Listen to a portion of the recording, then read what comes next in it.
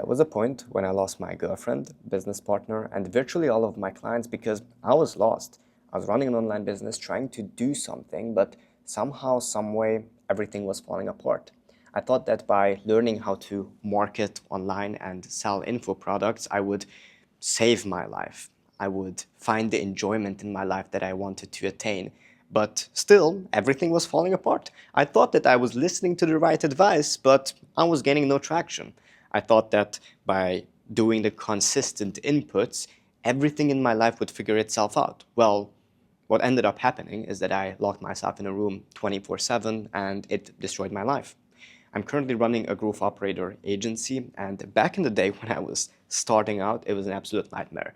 And people didn't tell me this about the online space when I first got into it. Everyone was selling me on the dream that if I just did the right inputs, then my growth operator agency would just magically grow. Well, I'm making this video because that is not the case. And info in general is not like that. Online coaching is not like that. It is a very difficult process to actually build a successful business and find the right information that will actually explode whatever you do. So in this video, I'm going to be talking about my journey because originally I started from Hungary. I was just a random Hungarian teenager, a European teenager trying to make money online. And now in the last 3 months, when I found God, I was able to generate my clients an extra $250,000 in just 3 months. So in this video, I'm going to be showing you what it actually takes to go from a random Hungarian teenager, who I was, to who I am now, currently working from South Africa. And if you don't know what a growth operating agency is, before I get into my story, it's essentially a marketing and sales agency for people with education companies. So if you're selling a coaching or info offer, low ticket, mid ticket, high ticket, then we come into your business, partner up with you, and help you with your full marketing, traffic, organic, paid, and sales process. So let's get into the video, because I started out in Hungary, in Europe of all places. And most people in the online space, they're not really from Europe. A lot of people are from the US. So the first struggle that I faced was actually talking English properly and articulating myself. I know that I was going to high school and I didn't start out investing into online mentorships. I actually just was focusing on school. I loved school. Like, honestly, I was an academic, I wouldn't say a genius, but I was focused on academics, right? Winning academic competitions and constantly going to the gym as well. So I was constantly in the gym because I felt like that the gym gave me a sense of security. I felt like the gym was in my control. And the reason that I did all of these things, what I'm realizing right now, is just to have a sense of significance, just to have a mission, to have something that I could stand behind. This academia BS, like, to be honest, like, did I want to be proficient in chemistry? Not really. Like, it's cool to be proficient in chemistry, but I didn't really want that. Like, why did I go to the gym 24/7? Why did I never skip a day? It is because I felt like I was working on my own project for once. I was working on a project that not someone else assigned to me, but rather I found for myself. And that's why the gym was so appealing to me. But the problem was that, honestly, I felt kind of hollow, because even though I was getting all of these achievements, they didn't really feel like they was mine. That didn't really feel like it was my achievement. It felt like someone else just gave this project to me and it was just a task that I executed. And so after being in that school system for 10 years, the first online mentorship that I actually ever invested in, and a lot of you will be relating to this, was Hustlers University by Andrew Tate and Tristan Tate. And that was amazing. Like, I bought the copywriting course, I think, for $50 per month. And it was my first investment. I didn't tell anyone that I actually bought it. It was, as soon as I turned 18, I immediately bought it because I was like, I need to make money. I need to be on a mission. I need to do something that actually matters, something that's my project. And that was the first step. A lot of steps from there. Fast forward a year after I also wasted a lot of money into Forex trading mentorships. And I think there was also a couple of coding mentorships where I was learning how to code, build websites, and all that kind of stuff. But none of that really hit the mark for me, to be honest. And I couldn't really commit to it because hard work was just not something I learned to do. Like hard work, consistency was not something I learned to do because school doesn't really require consistency. School requires you to cram before the exam, and there you go. You are more than well prepared if you have a slightly higher IQ than average. So essentially the point where I came to is I decided to launch my own company. I went into web design and I started accumulating all of these mentorships around the projects that I was managing. So accidentally, we actually built a website for an exam preparation coach and made so much money, made 10K in 30 days, which was completely unprecedented for me. So I was like, why did we make this much money? And I realized it's because we were selling education. And so we decided to go down the route. Me and my ex-business partner, we decided to go down the route of, okay, let's become growth operators. And I started investing into every single mentorship that I found. I was listening to every single person that I came across, and I was investing thousands of dollars every single time. But then the problem became that I was listening to these people so much that I stopped thinking for myself. And so when someone told me to focus on this content strategy, focus on this Loom strategy, focus on this and that, I was just blindly following them. I was just doing whatever they told me. And now, did I get results from it? Yes, I did get some results, but I never gained traction. Like every single time I got a client from a Loom or Instagram outreach, whatever it was never sustainable. I never felt like that, okay, this client actually gets me closer to my goals, because at the end of the day, if I stopped outreaching, the clients stopped coming. So I put in so much time into acquisition. Like even if you're not a growth operator, you will still relate to this, because in the beginning, you need to get clients. Then you need to deliver. So in the beginning, you will focus on getting clients. And once you have clients, you stop the acquisition. You only focus on the clients because you feel like these are the co-founders of your offer. But then the problem is that no one else is coming in. So you deliver for these people, and then you have a famine month because no one else is coming in, because you stop doing acquisition, you stop doing content, you stop doing outreach, and all the activities that got you those clients in the first place. And it was a very tough lesson for me to learn that business needs to happen all the time. Your acquisition, your delivery needs to be in a constant cycle, both of them at the same time. So I was listening to these people, but never really gaining any traction. And it came to a point where I wanted to get the outputs so much. I wanted to get the results, the actual results of my work so much that I was constantly increasing my inputs.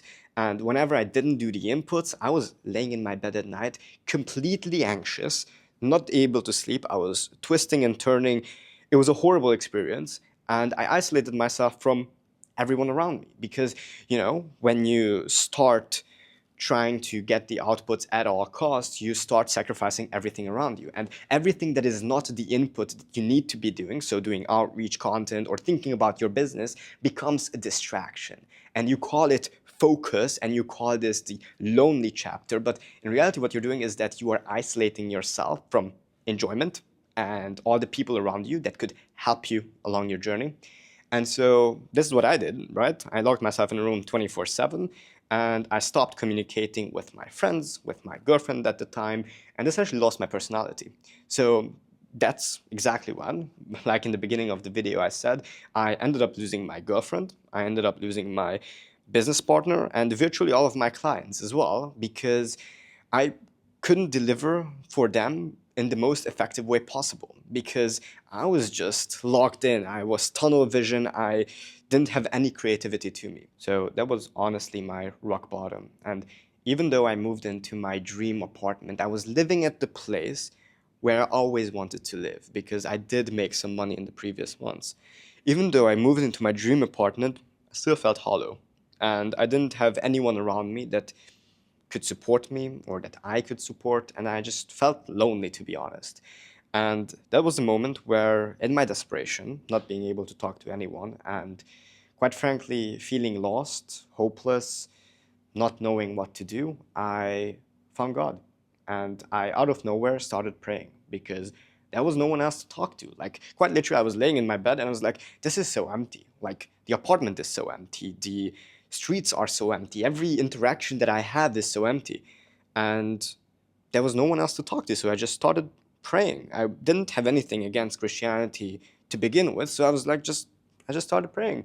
And as I was talking to God, things started happening in my life. I was more open to approach other people. I was striking up conversations in the sauna, on the street.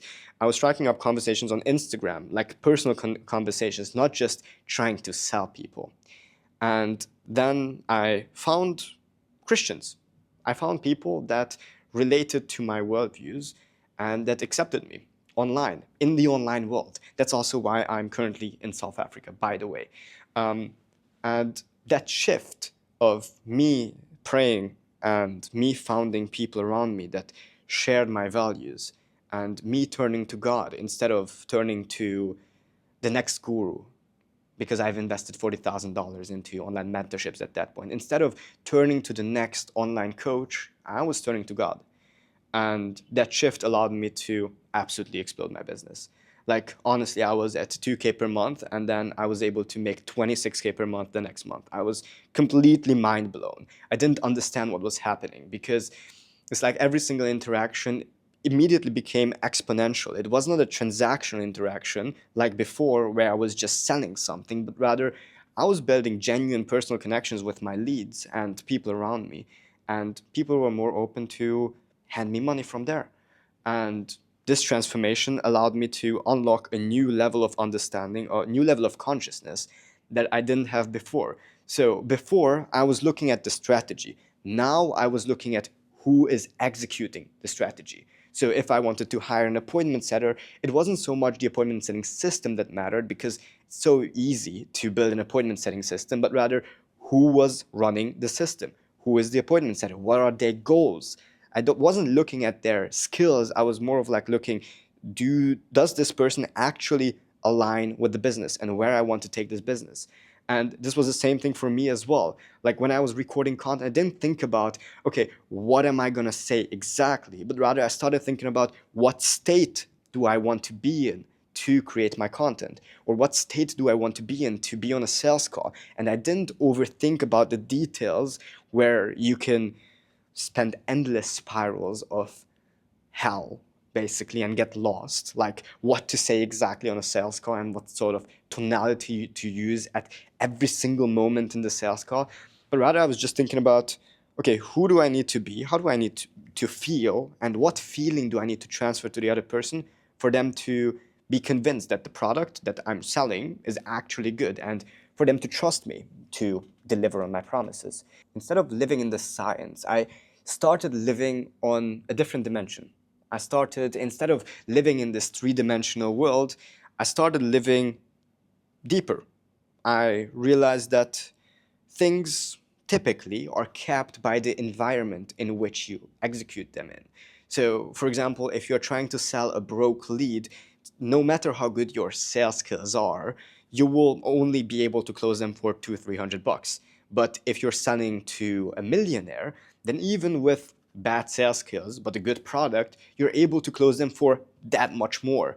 And by realizing that essentially the environment matters a lot more than the actual system, that the actual strategy that you're using, I started incorporating that into my strategy. And I incorporated that for my clients as well. So, for example, Ollie, an appointment setting coach, he took his business from $18,000 to, well, $70,000 actually now in just a few months.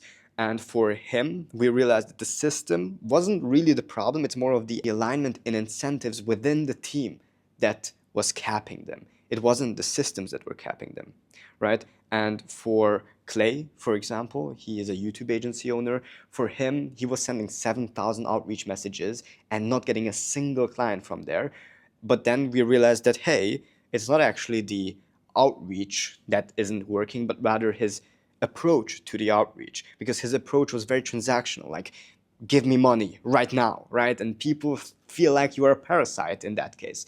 And rather we switched his strategy, actually giving people what they needed, like honestly trying to help them. So Clay went from $7,000 per month to $25,000 per month by simply reducing the number of outreaches that he sent to 15 outreaches per day and approaching it the right way. So if you've watched this video so far, here's your lesson.